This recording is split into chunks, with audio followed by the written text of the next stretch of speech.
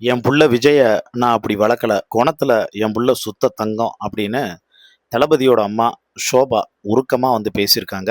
அத பத்தி தான் இந்த வீடியோவுல நம்ம டீட்டெயிலா வந்து பார்க்க போறோம். அதுக்கு முன்னால நம்ம சேனல சப்ஸ்கிரைப் பண்ணாம இருந்தீங்கன்னா, மறக்காம சப்ஸ்கிரைப் பண்ணிக்கங்க. அப்பதான் நம்ம சேனல்ல போடக்கூடிய டெய்லி அப்டேட்ஸ் எல்லாத்தையும் நீங்க உடனுக்குடனே தெரிஞ்சுக்க முடியும். அண்ணாமலைன்னு சூப்பர் ஸ்டாரோட படம் ஒரு படம் வந்துச்சு.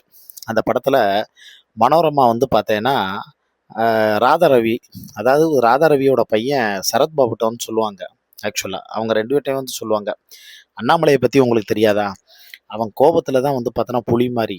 ஆனா குணத்துல வந்து பசு மாரி. அவன் இன்னும் சொல்லப்போனா ஒரு குழந்தை மனசுல எதையும் வந்து வச்சுக்க மாட்டான். அவனுக்கு சூதுவாது எதுவும் தெரியாது. வஞ்சகமும் வந்து தெரியாது. அப்படின்னு சொல்லுவாங்க. கிட்டத்தட்ட தளபதி விஜய் அப்படித்தான். சோபா சந்திரசேகர் சொல்லும்போது, என் புள்ள குணத்துல வந்து சுத்த தங்கம். அவன நான் அப்படி வந்து வளர்க்கல அப்படின்னு ரொம்ப எமோஷனலா சொல்லியிருக்காங்க.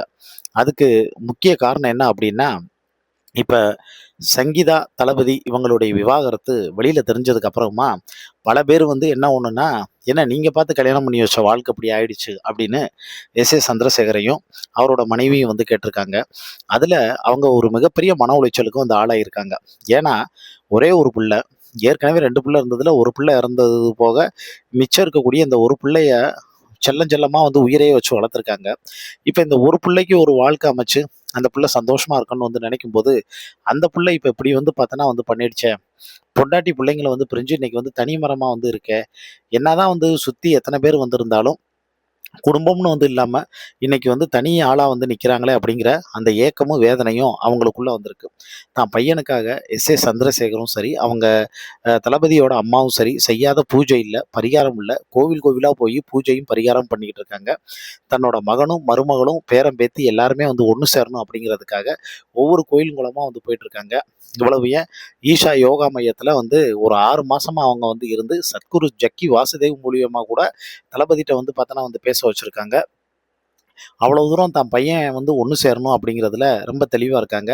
ஒரு கட்டத்துக்கு மேல தளபதி கிட்ட எதுவும் வந்து சொல்ல முடியல. ஏன்னா, குழந்தையா இருந்த தளபதி வந்து வேற. இப்ப எஸ்.ஏ.சியே சொல்லுவாரே, சரி எது, கெட்டது எதுன்னு அவருக்கு தெரியும்.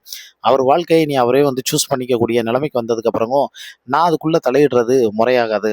அதனால அவரோட கட்சிக்குள்ள என்ன நடக்குது, அடுத்து அவர் என்ன படம் பண்ண போறாரு, எத பத்தின அப்டேட் எனக்கு வந்து இல்ல. இன்னும் சொல்லப்போனா என் பிள்ளைய நானே பார்க்கறதுக்கு கால் ஷீட் வாங்க வேண்டிய ஒரு சூழ்நிலை வந்து இருக்கு அப்படின்னு ரொம்ப எமோஷனலாலாம் வந்து பேசியிருந்தாரு. அதோட மட்டும் இல்லாம எஸ்.ஏ. சந்திரசேகர் சொல்லும்போது, எப்பயோ நடந்து முடிஞ்ச ஒரு விஷயம். செட்டில்மெண்ட், கிட்டில்மெண்ட், டைவர்ஸ் அதெல்லாம் வந்து பேசி, எப்பயோ நடந்து முடிஞ்ச ஒரு விஷயம். இப்ப என் பையன் எலக்ஷன்ல வந்து நிக்கும்போது, இந்த பிரச்சாரத்தப்ப ஏன் வெளியில வந்தது?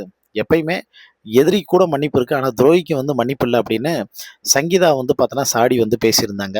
அதே சமயம் இவங்களுடைய அம்மா, அதாவது தளபதி விஜயினுடைய அம்மா ஷோபா சந்திரசேகர் அவங்க வந்து பேசும்போது, ஒரு இன்டர்வியூல சொல்லும்போது, "என்னோட ராசி கடக ராசி. என் பையனோட ராசியும் கடக ராசி தான். கடக லக்னம். என் பையனுக்கு அதே தான்.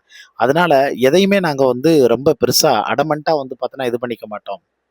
அதே நேரத்துல யாரோட மனசையும் ஹர்ட் பண்ணிறக்கூடாதுங்கிறதுல நான் ரொம்ப தெளிவா இருப்பேன். என்ன விட என் பையன் விஜய் வந்து ரொம்ப ரொம்ப தெளிவா வந்திருப்பான். என்கிட்ட கூட வந்து ஃபோன் அடிச்சா, "அம்மா நான் உங்கள தொந்தரவு பண்ணிட்டேனாம்மா?" அப்படின்னு தான் வந்து கேட்பானே ஒழிய, அவர் அவ்வளவு பெரிய வந்து ஸ்டாரு. அவரு என்னடா நம்மள வந்து தொந்தரவு பண்ணிட்டாரு அப்படிங்கிற ஒரு கில்ட்டி ஃபீல் தான் நமக்கு வந்து வரும் ஆக்சுவலா. அந்த அளவுக்கு யாருடைய மனசையும் ஹர்ட் பண்றது மாரி நடந்துக்க மாட்டான். எவ்வளவு பெரிய ஆளா இருந்தாலும் சரி, எவ்வளவு பெரிய சின்ன ஆளா இருந்தாலும் சரி, த விஜய்ட்ட இருந்து மரியாதைங்கிற வந்து ஒரு விஷயத்த வந்து கத்துக்கிறணும். ஏன்னா, அவ்வளவு தூரம் வந்து பார்த்தோன்னா பண்பா. நான் என் பையன்ட்ட இருந்து இப்போ ஒவ்வொரு விஷயமும் வந்து கத்துக்கிட்டே வந்திருக்கேன். பொறுமைனா எப்படி? நிதானம்னா எப்படி? ஒரு சைலன்ட்டா ஒரு விஷயத்த அச்சீவ் பண்றதுனா எப்படி? அப்படிங்கிற எல்லா விஷயத்தையும் நான் என் பையன்கிட்ட இருந்து இன்னைக்கு வந்து பார்த்தோன்னா வந்து கத்துக்கிட்டு இருக்கேன் அப்படின்னு ரொம்ப எமோஷனலா சொல்லியிருந்தாங்க. அதோட மட்டும் இல்லாம, கனவுல கூட என் பையனுக்கு யாருக்கும் துரோகம் பண்ணணும்னு வந்து நினைக்க மாட்டான். துரோகம் பண்ணதும் வந்ததில்ல.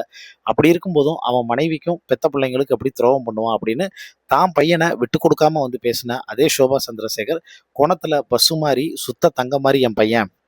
அதனால யார் என்ன சொன்னாலும் பெத்தவன் எனக்கு தெரியாதா என் பையன் வந்து எப்படின்னு. அதனால தளபதி விஜய பொறுத்தவரைக்கும், அவர யார் மிஸ் பண்றாங்களோ அவங்களுக்கு தான் லாஸே ஒழிய, தளபதிக்கு வந்து ஒருபோதும் வந்து லாஸ் இல்ல அப்படின்னு வந்து சொல்லிட்டு, தன்னோட ஆதங்கத்த அவங்க வந்து பார்த்தோன்னா வந்து தெரிவிச்சிருக்காங்க. அதே சமயம் தான் பையன்ட்ட இருக்கக்கூடிய நல்ல குணாதிசயங்களையும் அவங்க வந்து சொல்லியிருக்காங்க. இது ஷோபா சந்திரசேகர் சொல்லித்தான் தெரியணும்னு அவசியம் இல்ல. தளபதியோட குணம், கேரக்டர், குணாதிசயம், அவரோட பணிவு, அவரோட சைலண்ட், அந்த சைலண்ட்டோட வந்து பார்த்தீங்கன்னா வைராக்கியம், அந்த வைராக்கியத்துக்கு பின்னாடி இருக்கக்கூடிய வெற்றி, இது எல்லாத்தையும் தமிழ்நாடே வந்து பார்த்தீங்கன்னா வந்து அறிஞ்சிருக்குங்கிறது தான் நிதர்சனமான வந்து உண்மை. இத பத்தி உங்களுக்கு தோணக்கூடிய கருத்துக்களையும் மறக்காம கீழ இருக்கக்கூடிய கமெண்ட் பாக்ஸ்ல மென்ஷன் பண்ணுங்க.